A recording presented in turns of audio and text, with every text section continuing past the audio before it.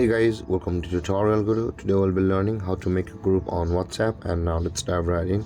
Now to make a WhatsApp group, first open up your WhatsApp app on your phone, and after that guys, on this interface at the bottom right corner of the screen you can see there is a plus icon just above the calls on the green box. Tap on that plus icon and you will be on this interface where you'll be required to tap on the new group option, which is at the top. And over here you will be required to add some members to your group, anyone whom you want to add. So let's tap on somebody and tap. After that you can see again there is the green arrow at the bottom right corner of the screen. Tap on that, and over here guys you can see you'll be required to name your group. So I'll be just typing in group 1, and after that tap again on the tick mark on the green box at the bottom right corner, and your group will be created guys. And guys, this is how to make a group on WhatsApp.